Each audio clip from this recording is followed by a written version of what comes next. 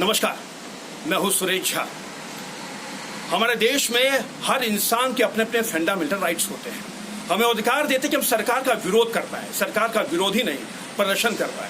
लेकिन supreme court के बाहर काउंसिल ऑफ इंडिया ने एक ऐसा प्रपोजल तैयार किया है जिसमें अब वकीलों पर शिकंजा कसा जाएगा। जी हाँ, शिकंजा कसा जाएगा। और कसा यह जाएगा कि अब वकील बगैर बताए हड़ताल पर नहीं जाएंगे। इसी विषय पर हमारे साथ कुछ जनता के लोग मौजूद हैं, जिससे बात करते हैं कि जिस तरीके से बार काउंसिल ऑफ इंडिया ने जो प्रपोजल तैयार किया वकीलों पर शिकंजा कसने को लेकर, इस बारे में इनका क्या कहना है। बार काउंसिल ऑफ इंडिया जी अब वो ये चाहता है कि वकील हड़ताल पर न जाए, विरोध न करे। क्या सही है ये?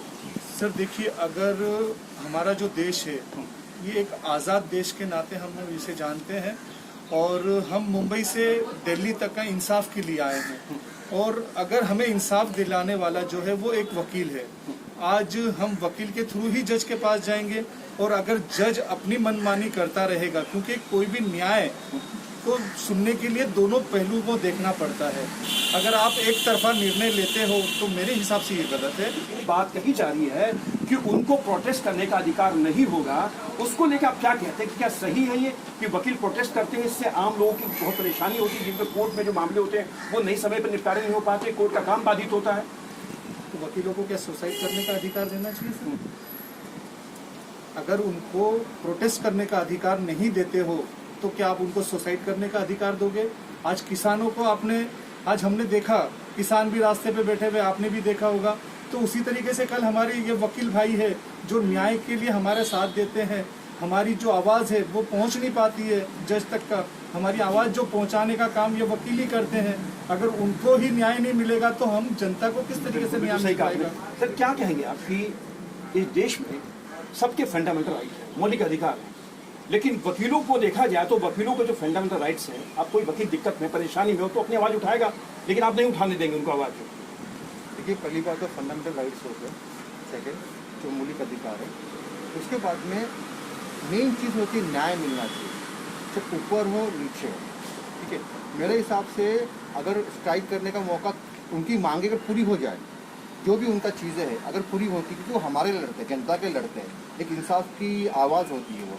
अगर हम उनकी जो मांगे है उसको पूरी करें तो उनके लिए इजी काम हो जाएगा। तो उनको जो स्ट्राइक करने का अधिकार, स्ट्राइक क्यों कर रहे हैं, पहले ये का मुद्दा देखो जी, कि उनका क्या प्रॉब्लम है। ये हमारे गवर्नमेंट का काम होता है कि उनके जो प्रॉब्लम्स है उनको सॉल्व करें। जब प्रॉब्लम सॉल्व हुई तो स्ट्राइक का मामला ही नहीं आता। लेकिन आप उनके स्ट्राइक करने का अधिकार तो नहीं छीन सकते। नहीं, बिल्कुल उनका फंडामेंटल राइट है उनकी आवाज़ रखने के लिए, प्रोटेस्ट करना, स्ट्राइक नहीं करें, प्रोटेस्ट करें कि भाई हमको तकलीफ है, हमारी आवाज़ है। तो आप उसको बंद करेंगे, आप उनकी आवाज़ को दबाएंगे, उनकी आवाज़ को? हिंदुस्तान में हमें हक है अपनी आवाज़ बुलंद करने का, किसी की भी आवाज़ का, किसी के भी ये प्रोटेस्ट को किसी को हक तो नहीं आप बनता। इसका विरोध करते हैं जिस तरीके से प्रपोजल तैयार किया जा रहा है? नहीं, मैं जानता, मैं से इंसाफ की बात करता हूँ। अभी क्या कौन से मुझे नहीं पता, लेकिन प्रोटेस्ट करने का अधिकार सबको है। जी, प्रोटेस्ट करने का सबको है। चल, धन्यवाद। ये देश की जनता है और जनता सब कुछ जानती है। जिस तरीके से कहा गया प्रोटेस्ट करने का अधिकार सबको है, और जब प्रोटेस्ट करने का अधिकार जब छीना जाता है तो समझ लीजिए विद्रोह होता है, और विद्रोह जब होता है तो बड़ा खतरनाक होता है देश के लिए। लेकिन जिस तरीके से सुप्रीम कोर्ट बार काउंसिल ने जो एक प्रपोजल तैयार किया जिसमें कहा कि वकील अब प्रोटेस्ट नहीं कर पाएंगे, वो अपने कॉज को लेकर अब नहीं सड़कों पर आ पाएंगे, तो कहीं ना कहीं ये उनके फंडामेंटल राइट्स का हनन है। यहाँ पर रंजीत के साथ सुरेश झा, न्यूज़।